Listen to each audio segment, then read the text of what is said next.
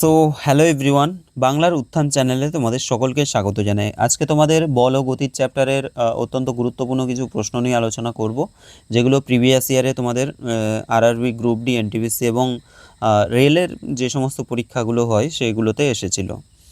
তো দেখো, প্রথম প্রশ্নটা কী আছে এখানে, রৈখিক ভরবেগ, এটা অ্যাকচুয়াল বল এবং গতি যে সম্পর্কিত চ্যাপ্টারটা সেটা থেকে আর কি। বলছে যে 14 কেজি ভর এবং প্রতি সেকেন্ডে 28 মিটার বেগ বিশিষ্ট বস্তুর ভরবেগ কত হবে। প্রথমত আমাদের বস্তুটার ভর বলে দিয়েছে 14 কেজি, আর বলছে কি যে প্রতি সেকেন্ডে 28 মিটার বেগ নিয়ে যাচ্ছে, অর্থাৎ তার গতিবেগ হচ্ছে 28 metre per second. 28 metre per second হচ্ছে তার গতিবেগ।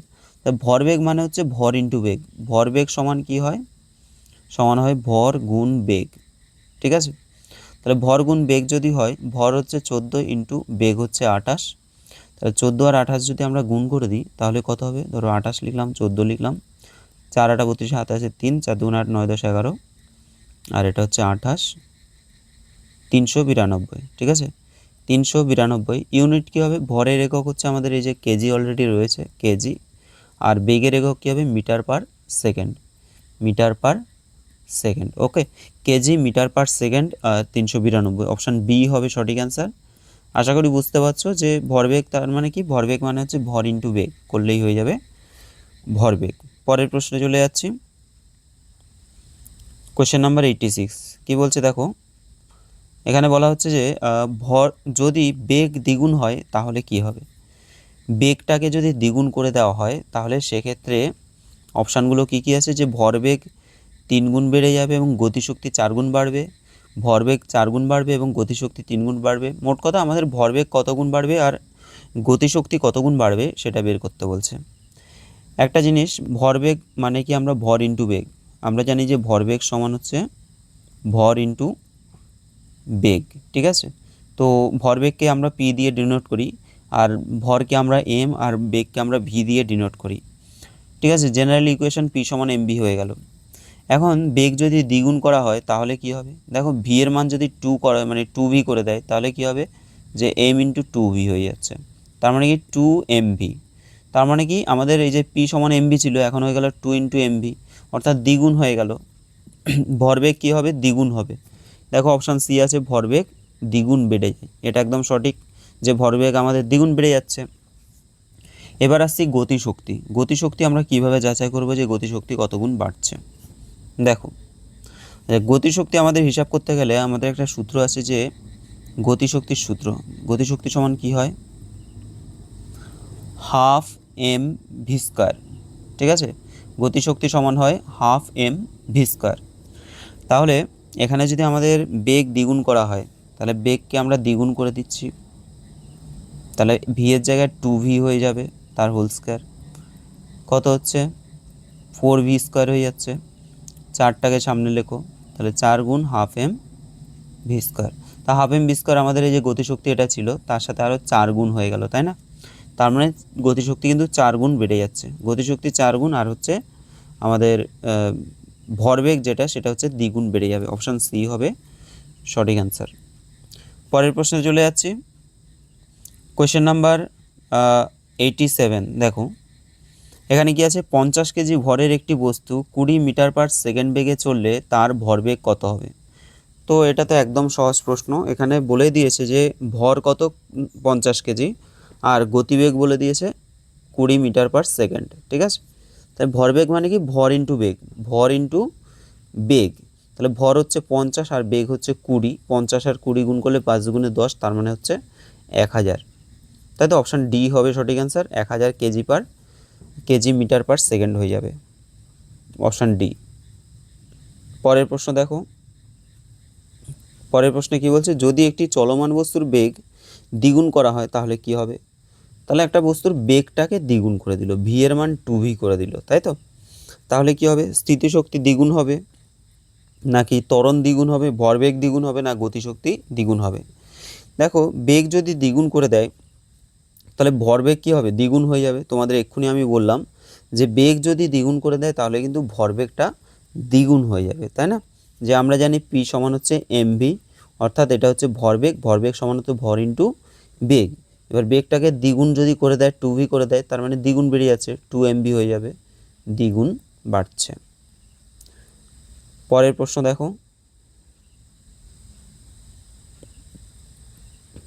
দেখো, একটি বস্তুর ভর হচ্ছে, বলছে যে 85 কেজি এবং বেগ হচ্ছে প্রতি সেকেন্ডে 60 মিটার। ঠিক আছে, তাহলে বস্তুর ভরবেগ কত হবে? তো ভরবেগ মানে ভর ইন্টু বেগ, 85 কেজি অলরেডি ভর দেওয়া আছে, আর বেগ প্রতি সেকেন্ডে বলছে 60 মিটার, মানে 60 মিটার পার সেকেন্ড। তাই ভরবেগ কী হবে? ভর ইন্টু বেগ, মানে দুটোকে গুণ করতে হবে, 85 গুণ 60, 5 6 30, শূন্য হাতে আছে 3, 6 8 48, 49 50 51, 5100। অপশান বি হবে সঠিক answer, 5100 KG metre per second. পরের প্রশ্ন দেখো, পরের প্রশ্ন কি বলছে? কোয়েশ্চেন নাম্বার 90, কোনো বস্তুর ভর হচ্ছে m/2, ভর বলে দিয়েছে m/2 এবং বেগ হচ্ছে 2v। তাহলে ভর যদি m/2 হয় এবং বেগ যদি 2v হয়, তাহলে ওই বস্তুর ভরবেগ কত হবে? তা ভরবেগ মানে কি? ভর ইন্টু বেগ। ঠিক আছে, ভর ইন্টু বেগ হয়ে যাবে। এবার ভর হচ্ছে আমাদের m/2 আর বেগ হয়ে যাচ্ছে 2v। ঠিক আছে, তো ভর হচ্ছে m/2, বেগ হয়ে যাচ্ছে 2v, 2 কাটলে আমাদের হয়ে যাবে mv। ঠিক আছে, ভর ইন্টু বেগ করে দিলাম, তাহলে mv, অ্যান্সার অপশান বি হবে। নেক্সট দেখো, ঠিক আছে, অপশান বি হয়ে যাবে সঠিক অ্যান্সার, mv হয়ে যাচ্ছে। কোশ্চেন নাম্বার 90 হয়ে গেল।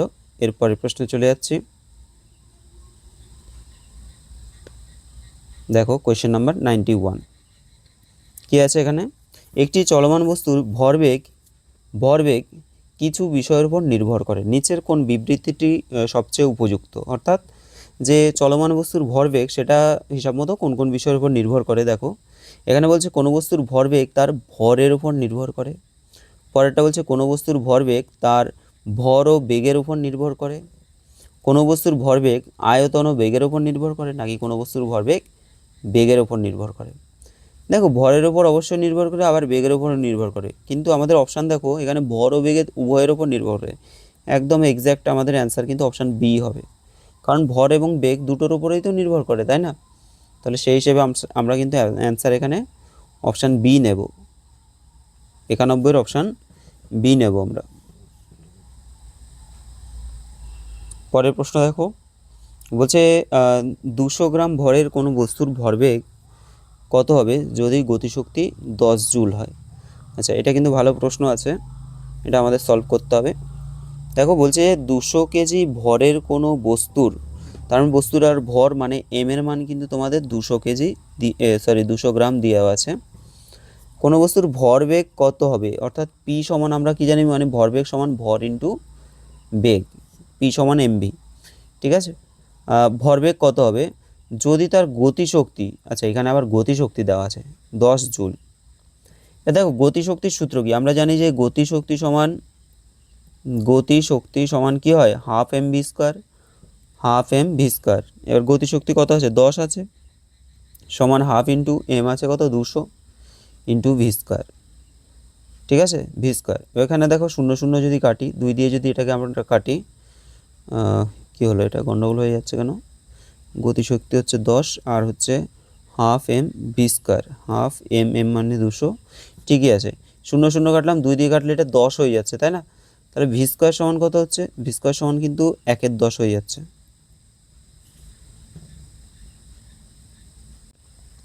তোমাদের এখানে আমি একটা কথা বলে নিই, এখানে আমাদের যে অপশানগুলো রয়েছে, 4টে যে অপশান আছে, সেই 4টে অপশানে দেখো কেজি পার মিটার বা কেজি দিয়ে আছে, তাই না? তো কেজি দিয়ে যদি থাকে, তাহলে এই যে আমরা ভরটাকে যে গ্রামে নিচ্ছিলাম, এই গ্রামটাকে আমাদের কিন্তু কেজিতে কনভার্ট করতে হবে। ঠিক আছে, তো আমি আরেকবার দেখাচ্ছি। এখানে আমাদের এই যে এম এর মান আমি এখানে লিখছি, এম এর মান আমাদের যে 200 গ্রাম আছে, তো 200 গ্রামকে যদি আমরা ধরো কেজিতে নিতে চাই, তাহলে আমাদের কিন্তু 1000 দিয়ে ভাগ করতে হবে। ঠিক আছে, তাহলেই কিন্তু সেটা কেজিতে আসবে। তাহলে দুটো করে শূন্য কাটলাম, এটা হয়ে যাচ্ছে 1/5। কত হচ্ছে? 1/5। আমি 1/5ই রেখে দিলাম, এত কেজি ধরো লিখে দিলাম। ঠিক আছে, এবার আমরা যদি সূত্র লিখি, যে গতিশক্তির সূত্র কি? গতিশক্তি সমান হচ্ছে তোমার পি সমান হচ্ছে এমভি, আচ্ছা গতিশক্তি সমান half M V square, half M V square, ঠিক আছে। গতিশক্তি সমান হবে হাফ এম ভি স্কোয়ার, ধরো ই সমান হচ্ছে হাফ এম ভি স্কোয়ার। এবার এই যে গতিশক্তি সমান হাফ এম ভি স্কোয়ার, গতিশক্তি কত আছে 10, তাহলে 10 সমান কী হবে হাফ ইন্টু এম মানে কিন্তু 1/5 হয়ে গেল, আর ভি স্কোয়ারকে আমরা রেখে দিলাম ভি স্কোয়ার।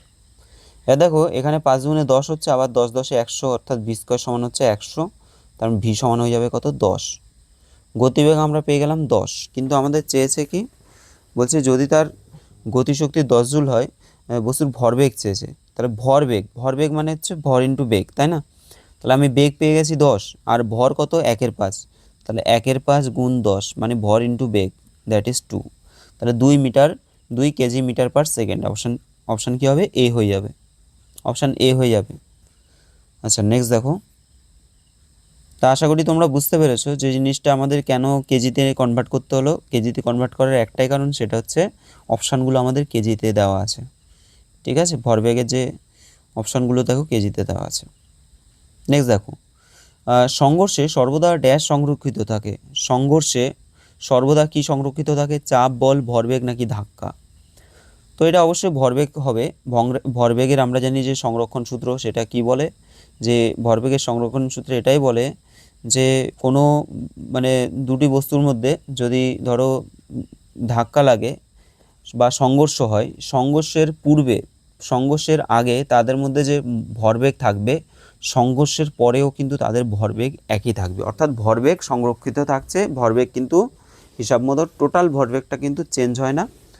সংঘর্ষের আগে যা ভরবেগ হয়, সংঘর্ষের পরেও কিন্তু সেই ভরবেগ একই থাকে, ঠিক আছে। নেক্সট দেখো, তাহলে অপশান সি হবে সঠিক অ্যান্সার। পরের প্রশ্ন বলছে যে 94 নম্বর প্রশ্ন, ভর ও বেগের গুণফলকে কি বলে? ভরবেগ বলে। ইজি কোয়েশ্চেন, অপশান বি, ঠিক আছে। ভরবেগ হচ্ছে ভর ইন্টু বেগ। নেক্সট বলছে ভরবেগের অভিমুখ আছে অভিমুখ নেই, নাকি মান অভিমুখ আছে নাকি মান আছে শুধু? দেখো ভরবেগ হচ্ছে একটা ভেক্টর রাশি, ঠিক আছে। ভেক্টর রাশি মানে হচ্ছে তার মান এবং অভিমুখ দুই থাকবে। তাহলে অপশান কী হবে, সি হয়ে যাবে, অপশান সি হয়ে যাবে। তাহলে এখানে আমরা কি বললাম, যে সংঘর্ষে সর্বদা কি সংরক্ষিত থাকে, ভরবেগ সংরক্ষিত হতে থাকে। ভর ও বেগের গুণফলকে কি বলি, আমরা বলি ভরবেগ। আর ভরবেগ কি ধরনের রাশি, ভেক্টর রাশি, অর্থাৎ মান এবং অভিমুখ তার বোথ দুটোই আছে, ঠিক আছে। নেক্সট দেখো কোয়েশ্চেন নাম্বার 96, বলছে যে যদি ভরবেগ পি এবং বেগ ভি হয় তাহলে ভর কত হবে? তো আমরা ভরবেগের সূত্র কি জানি, ভরবেগ অর্থাৎ পি সমান হচ্ছে ভর ইন্টু বেগ, এম ইন্টু ভি। তো এখান থেকে এম যদি বের করতে চাই, P by V, normal question. তাহলে P by V, option B হবে সঠিক অ্যান্সার, ঠিক আছে। অপশান কী হবে, বি হবে সঠিক অ্যান্সার। কি জ্বালাতন। নেক্সট পরের প্রশ্ন দেখো 97, 10 কেজি ভরের একটি বস্তু 2 মিটার পার সেকেন্ড বেগ নিয়ে চললে তার ভরবেগ কত হবে? তাহলে ভর ইন্টু বেগ, ভরবেগ, তাহলে 10 গুণ 2 মানে কত হচ্ছে 20, 10 দুগুণে 20 কেজি মিটার পার সেকেন্ড। এখন দেখো বি আর ডি দুটো অপশানই সেম দেওয়া আছে, ঠিক আছে। তো যদি তোমাদের এরকম সেম অপশান কখনো দিয়ে থাকে, তোমরা কিন্তু ফার্স্টের অপশানটা নেবে, মানে অপশান বি তোমরা সঠিক অ্যান্সার নেবে, ঠিক আছে। তো এখানে কিছু একটা গন্ডগোল করেছে, হয়তো ওটা অপশান অন্য ছিল। নেক্সট কোয়েশ্চেন নাম্বার 98, একটি হালকা ও একটি ভারী বস্তুর গতিশক্তি একই, নিচের কোনটির ভরবেগ বেশি হবে? একটা হালকা বস্তু আছে, আরেকটা হচ্ছে ভারী বস্তু আছে। আচ্ছা, বলছে একটা হালকা বস্তু এবং একটি ভারী বস্তুর গতিশক্তি সেম, ঠিক আছে, দুটোরই গতিশক্তি সমান, নিচের কোনটির ভরবেগ বেশি? এটা মনে রাখবে তোমরা, ভারী বস্তুর ভরবেগ কিন্তু বেশি হবে, ঠিক আছে। ভারী বস্তু যেটা রয়েছে সেটার ভরবেগটা বেশি হয়ে যাবে, অপশান সি হবে সঠিক অ্যান্সার, অপশান সি হবে সঠিক অ্যান্সার। তো ঠিক আছে, তোমাদের মোটামুটি রৈখিক ভরবেগ সম্পর্কিত যে এমসিকিউগুলো ছিল সেগুলো আমি সলভ করিয়ে দিলাম। এবার হচ্ছে ভরবেগের সংরক্ষণ নীতির উপরে প্রশ্ন আছে, সেটা তোমাদের পরের ভিডিওতে আমি কভার করিয়ে দিচ্ছি।